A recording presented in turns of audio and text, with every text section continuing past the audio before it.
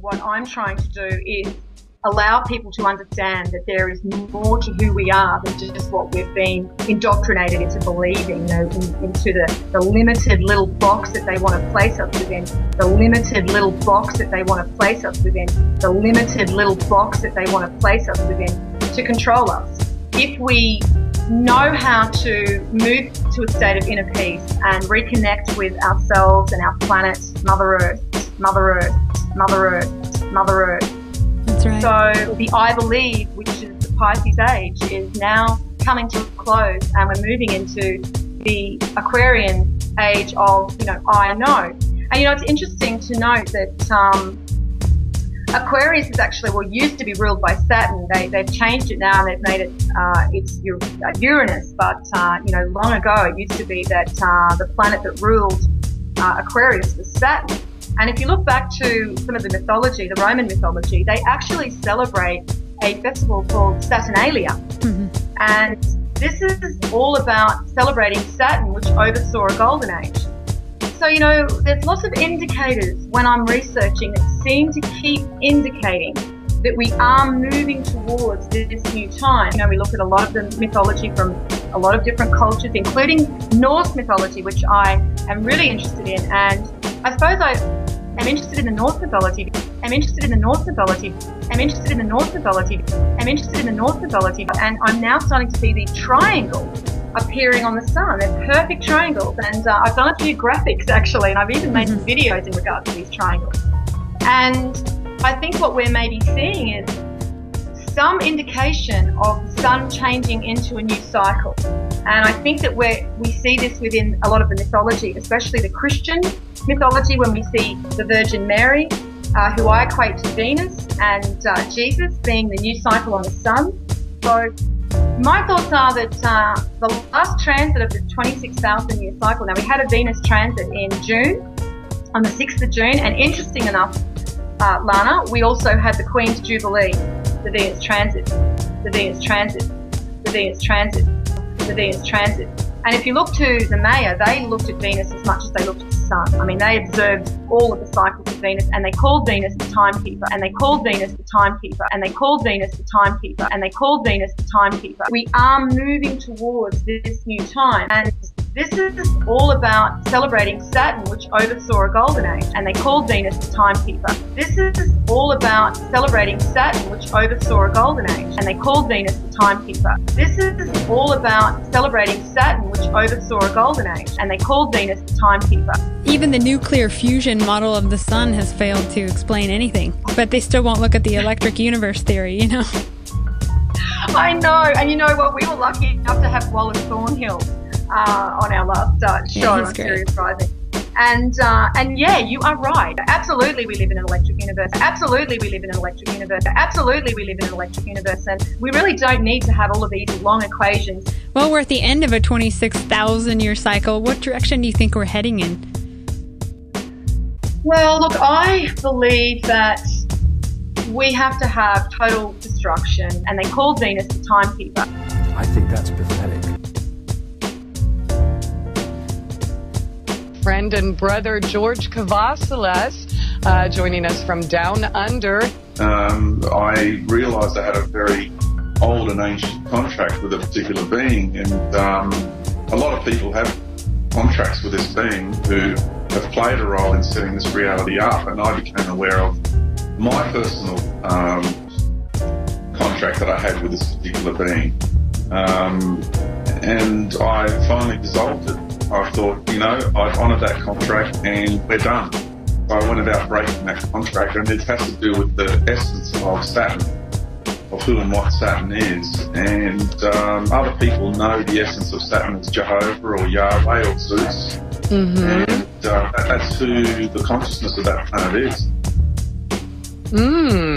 Okay, you say that you're one of the beings that set this reality up here on Earth. So is it safe to assume that the being that you have met with in the last couple months, there was kind of maybe an understanding or completion of a previous contract made? It was, and he can no longer, that energy can no longer, because there's a feminine aspect to that energy as well, but it's predominantly masculine now. Its expression is masculine, has been for a very long time, in these recent eras. And, he can no longer feed off me and can no longer control me and manipulate me. Tell you what, Chris, I do a lot of things, but drag isn't one of them. Completion. As he has done in the past. So it feels really good to be free of that energy. There's many, many people who still have that energy inside them. And that's what it comes down to, the way we feel suppressed by that synthetic, authoritarian male matrix construct. Yes. Which is a very unsavory and unfortunate aspect of male energy. But he embodies that archetype. And he's very sophisticated too. Like the Saturn energy is very, very controlling and very sophisticated. It's the headquarters of what we call the Great White Brotherhood in our solar system. And a lot of people think that's a good thing, but they don't realise it's one side of polarity. And so he's the master of passive aggressiveness.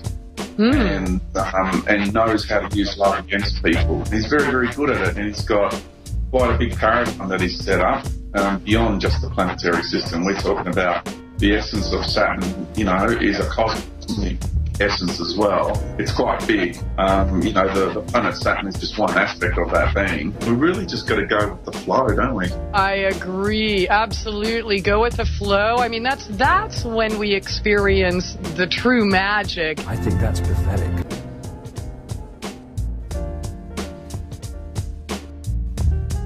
Saturn's come into my life so much. There are some people who are trying to exploit me and bring me down at the moment. Well, all the best, mate. Try another lifetime. But they, in their astrological charts, Saturn is absolutely there. Yeah. Big time. Yeah.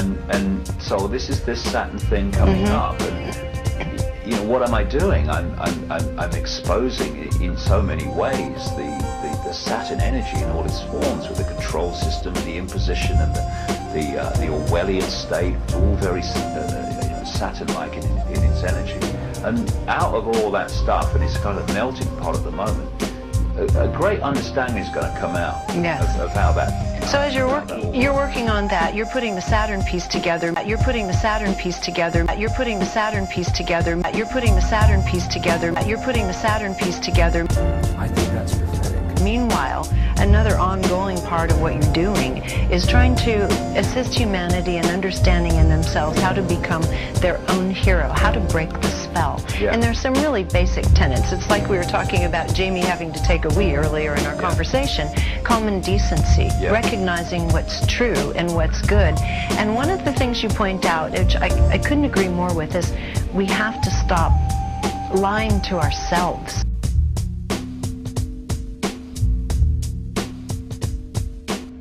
Santos Bonnacci has performed an extraordinary amount of research. He has drawn his own conclusions, just as you are encouraged to draw yours. Enjoy. Well, in mythology, there is rivalry between those two planets, and it's black and yellow, black and yellow, black and yellow, black and yellow.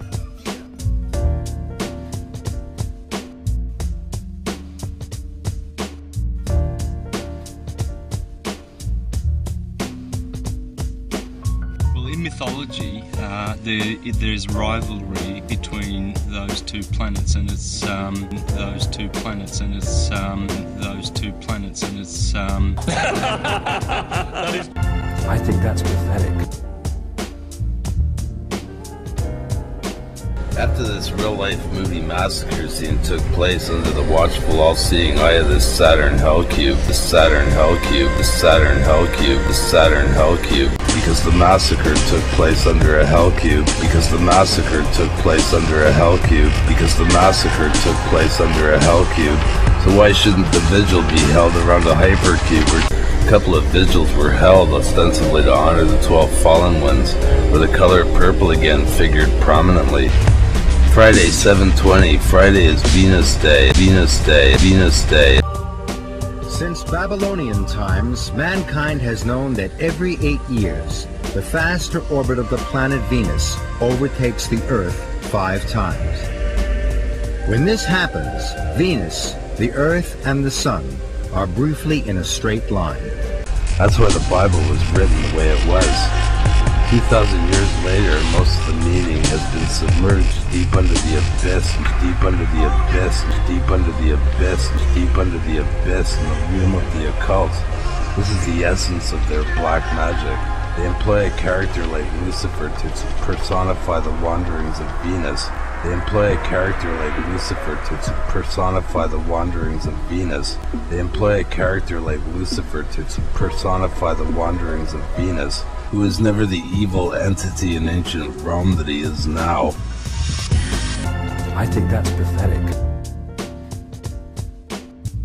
I just put out a video showing you that Venus is the great year within the mathematics of Pythagoras. In this Pythagoras theorem, the first box, which is the Rubik's Cube, okay, which is 3 times 9 times is... Now, anybody that, and this is not new stuff, okay, I'm approaching it in a different way, but it's already been talked about. So when we talk about the red and blue boxes, there's a group of Arab men that put out a thing called the Arrivals. The Star of David is the 2 boxes. So what people are trying to do is it's all Saturn or they got to be all Venus, and it's not Venetians, okay? It would be the Hindus, okay? Because it would be Vishnu. Genie is everywhere. You'll also see that the pentagram is everywhere. Genie is everywhere. Just as much as the black box, Venus is everywhere because they intertwine. And that's really it.